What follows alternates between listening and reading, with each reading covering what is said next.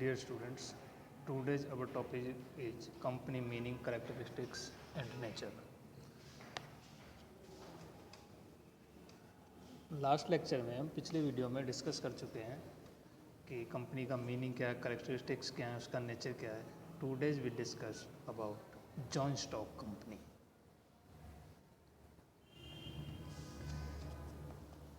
संयुक्त पूंजी वाली कंपनी या संयुक्त पूंजी कंपनी या जॉइंट स्टॉक कंपनी भी ऐसे ही काम करती हैं जैसे कि क्या है हमारी पब्लिक कंपनी और प्राइवेट कंपनी काम करती है. उन पर भी कंपनी एक्ट 2013 अप्लाई होता है. एक प्राइवेट कंपनी के केस में 2 और पब्लिक कंपनी के केस में 7 मेंबर्स होते हैं. प्राइवेट कंपनियों की जो मैक्सिमम नंबर्स ऑफ लिमिट्स होती है प्राइवेट कंपनी के केस में 200 और पब्लिक कंपनी के केस में इस पर कोई लिमिट नहीं होती है, कितने भी हो सकते हैं. इसका विपर्थक अस्तित्व होता है. जैसे हमारी प्राइवेट कंपनी और पब्लिक कंपनी वर्क करती है ऐसे ही हमारी एक जॉइंट स्टॉक कंपनी भी काम करती है. आगे देखते हैं कि advantages of joint stock company. Joint stock company के एडवांटेजेज क्या हैं. First is adequate resources of capital, पूंजी के पर्याप्त साधन. व्यवसायिक संगठन के रूप की अपेक्षा कंपनी व्यवसाय संगठन के पूंजीयुक्त करने के साधन अधिक विस्तृत हैं. कंपनी संगठन की वित्तीय क्षमता असीम है. कंपनी कहीं भी स्थिति कैसी भी स्थिति में हो पूंजी उसके लिए प्रत्येक देश के प्रत्येक कोने से आ सकती है. इस प्रकार अंशधारियों की संख्या अधिक होने से उसके द्वारा बहुत सी पूंजी एकत्रित की जाती है. क्योंकि मीन्स हम कह सकते हैं कि जितने ज़्यादा मेंबर्स होते हैं हमारी कंपनी के उतनी हमारे कैपिटल रिसोर्सेज के चांसेस ज़्यादा होते हैं. नेक्स्ट लिमिटेड लायबिलिटी, सीमित दायित्व. कंपनी का यह एक प्रमुख लाभ है कि इसका दायित्व सीमित होता है. कंपनी के अंशधारियों के अंशों के अंकित मूल्य से अधिक रुपए की मांग नहीं कर सकती. अगर कंपनी वाइंड अप होती है तो जितनी उनकी लायबिलिटी है उससे ज़्यादा कंपनी उनसे डिमांड नहीं कर सकती. नेक्स्ट इज परपीचुअल एग्जिस्टेंस, स्थायी अस्तित्व. कंपनी का अस्तित्व स्थायी होने के कारण अंशधारियों के दिवालियापन होने के कारण, डेथ होने के कारण, पागल होने के कारण उनके अस्तित्व पर कोई फर्क नहीं पड़ता. मीन्स अंशधारी या मेंबर्स कंपनी में आते रहते हैं जाते रहते हैं और कंपनी क्या है चलती रहती है. Next is transferability of shares, अंशों का हस्तांतरण. संयुक्त पूंजी वाली कंपनी के अंश स्वतंत्रतापूर्वक हस्तांतरित किए जा सकते हैं. इनके विक्रय की सुविधा स्टॉक एक्सचेंज में होती है जहां पर किसी भी कंपनी के अंशों को कोई भी शेयर होल्डर जब चाहे खरीद सकता है और बेच सकता है. Next is diffusion of risk, जोखिम का विभाजन.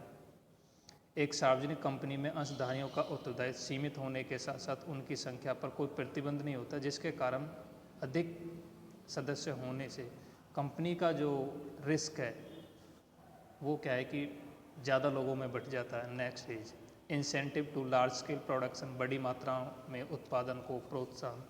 कंपनी के द्वारा आसानी से पूंजी एकत्रित की जाती है जिसके कारण बड़े बड़े उद्योग धंधों की स्थापना होती है तथा बड़ी मात्रा में उत्पादन संभव होता है. यदि ये कंपनियां नहीं होती तो आज करोड़ों रुपए की पूंजी वाले कारखाने विश्व में दिखाई नहीं देते. बड़ी मात्रा में उत्पादन होने से समाज को अनेक लाभ होते हैं, जैसे उत्पादन की लागत कम हो जाती है, लोगों को रोजगार मिलता है, सरकार को करों के रूप में करोड़ों रुपए की आय होती है. नेक्स्ट इज पब्लिक कॉन्फिडेंस, जनता का विश्वास. संगठन के इस रूप में अन्य संगठनों की अपेक्षाकृत जनता का अत्यधिक विश्वास प्राप्त कर लिया जाता है.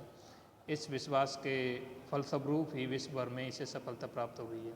Next is appointment of able and experienced expert, योग्य एवं अनुभवी विशेषज्ञों की नियुक्ति. कंपनी के साधन बहुत विस्तृत होते हैं. विस्तृत साधनों के बल पर ही कंपनी योग्य एवं अनुभवी एक्सपर्ट की अपॉइंटमेंट करके उन्हें वेतन देती है, परंतु यह व्यावसायिक संगठनों के लिए करना बहुत ही कठिन काम होता है. Next is stimulus to small savings, अल्प बचत को प्रोत्साहन. कंपनी में एक नदी के प्रवाह की तरह स्थिरता है.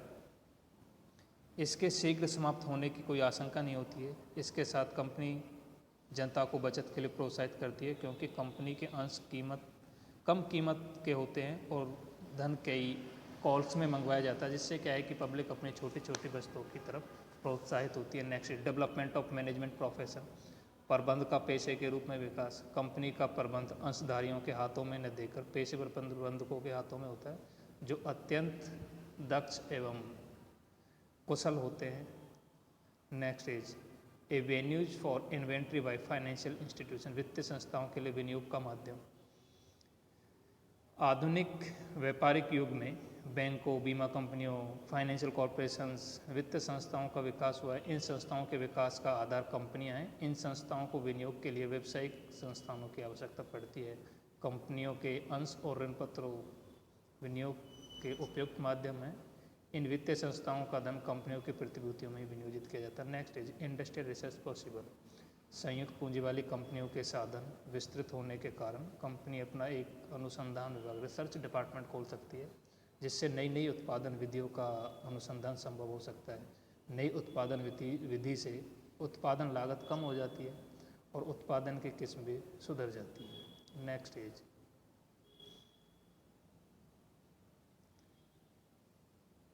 विकास एवं विस्तार की अपार संभावनाएं, growth and expansion.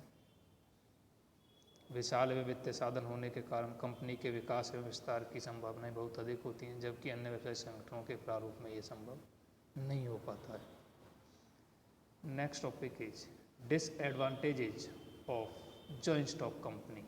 Joint stock company के हानियाँ क्या हैं? First is difficulty in formulation, स्थापना में कठिनाई। कंपनी का जन्म जैसे हमें पता है कि विधान के द्वारा होता है। इसकी स्थापना के लिए बहुत सारी वैधानिक हमें आवश्यकताएं पूरी करनी होती हैं, जैसे पार्षद सीमा नियम बनाना, अर्तन नियम बनाना, पर्यावरण बनाना। तो इसको अप्लाई करना एक बहुत कठिन काम होता है, इसलिए इसको स्थापना करना एक डिफ़िकल्ट काम है। Next is possibility of fraud by promoters, प्रवर्तकों द्वारा फ्रॉड करना। प्रवर्तक कंपनी के जन्मजात होते हैं। कंपनी के निर्माण से लेकर उनके व्यवसाय प्रारंभ होने तक सारे खर्च इन्हीं को देखने होते हैं। प्रारंभ में संचालकों की नियुक्ति इन्हीं के द्वारा की जाती है। ये लोग ही पेय विवरण प्रकाशित करते हैं।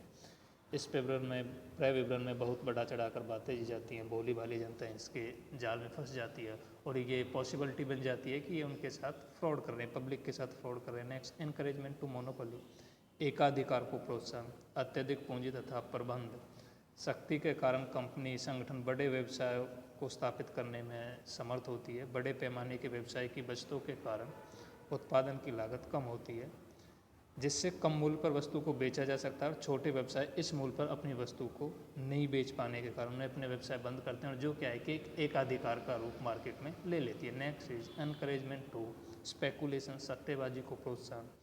कंपनी के अंशों की एक विशेषता होती है कि उन्हें सुगमता से हस्तांतरित किया जा सकता है, आसानी से ट्रांसफ़र किया जा सकता है। कंपनी को अंशों का मूल्य कंपनी के प्रति जनता के विश्वास तथा उसके द्वारा दिए गए लाभांश पर निर्भर करता है। प्राय संचालकगण वास्तविक तथ्यों को तोड़ मरोड़ कर प्रस्तुत करते हैं तथा कंपनी के अंशों का क्रय विक्रय विनियोग की दृष्टि से न करके सट्टेबाजी के उद्देश्य से करने लगते हैं। इस प्रकार कंपनी संगठन ने कंपनी के अंशों की सट्टेबाजी की प्रवृत्ति को प्रोत्साहन मिलता है। Next is conflict to interest, हित संघर्ष।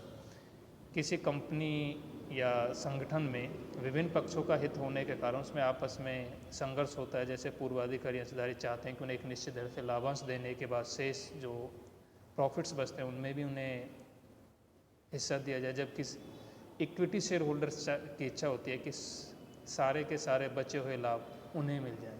तो एक इंटरेस्ट ऑफ कॉन्फ्लिक्ट पैदा हो जाता है। Next is excessive legal interface, अत्यधिक कानूनी हस्तक्षेप। सदस्यों के दूर दूर तक फैले होने के कारण वे कंपनी की गतिविधियों पर नियंत्रण नहीं कर पाते हैं। उनके हितों को सुरक्षित रखने के लिए सरकार ने भारतीय कंपनी अधिनियम का गठन किया। भारत सरकार द्वारा कंपनी लॉ बोर्ड की स्थापना की गई, जो कंपनियों पर नियंत्रण रखता है। कभी कभी इसके अत्यधिक हस्तक्षेप के कारण कंपनी की व्यावसायिक कार्यों में बाधा उत्पन्न हो जाती है। Next is lack of secrecy, गोपनीयता का अभाव। कंपनी अधिनियम के अनुसार पब्लिक कंपनी को अपने वार्षिक खातों के प्रकाशित करना होता है और कंपनी संबंधी अनेक महत्वपूर्ण प्रलेखों की प्रतियां कंपनी के रजिस्ट्रार के कार्यालय में फाइल करनी होती हैं, जिनका अवलोकन कोई भी व्यक्ति निर्धारित फीस देकर कर सकता है, मीन्स उन्हें चेक कर सकता है, देख सकता है। इस प्रकार कंपनी के संबंधित जितने भी मामले होते हैं उसमें गोपनीयता का अभाव होता है, मीन्स सीक्रेसी कहीं नहीं होती। डिले इन डिसीजन मेकिंग, निर्णय में देरी। कंपनी संगठन में निर्णय करने में बहुत समय लगता है, क्योंकि प्रत्येक निर्णय संचालकों या सदस्यों की सभा मीटिंग के द्वारा होता है, परंतु सभा बुलाने में काफ़ी समय लग जाता है। कई बार कोरम की समस्या हो जाती है, फलस्वरूप ये होता है कि हम कोई डिसीजन पे नहीं पहुंच पाते हैं, और अगर कोई डिसीजन लिया भी जाता है तो वो उसमें बहुत टाइम लग जाता है। Next is evils of large scale production, बड़ी मात्रा में उत्पादन का दोष। चूँकि बड़े पैमाने पर उत्पादन कंपनी द्वारा संभव हुआ है, तो कंपनी भी बड़े पैमाने के दोषों से नहीं बच सकती। बड़े पैमाने पर उत्पादन के कई दोष देखने में आते हैं, जैसे माल बेचने में अस्वस्थ प्रतिस्पर्धा का होना, श्रमिकों का शोषण होना, नगरों का वातावरण दूषित होना आदि। Next is exploitation of share holders, अंशधारियों का शोषण। कंपनी के स्वामित्व एवं प्रबंध अलग अलग होता है। अंशधारियों की संख्या ज़्यादा होने के कारण देश विदेश में इधर उधर फैले हुए होते हैं, तो संभव नहीं है कि कंपनी का वो कुछ प्रबंध कर सकें। संचालक और प्रबंध संचालक अपने मनमाने ढंग से काम करते हैं। अंशधारियों के हितों की ओर कोई ध्यान नहीं दिया जाता है। इस प्रकार अंशधारियों का शोषण होता है। अंशधारियों को किसी बात की भी जानकारी नहीं होती है। नेक्स्ट इज करप्शन, भ्रष्टाचार।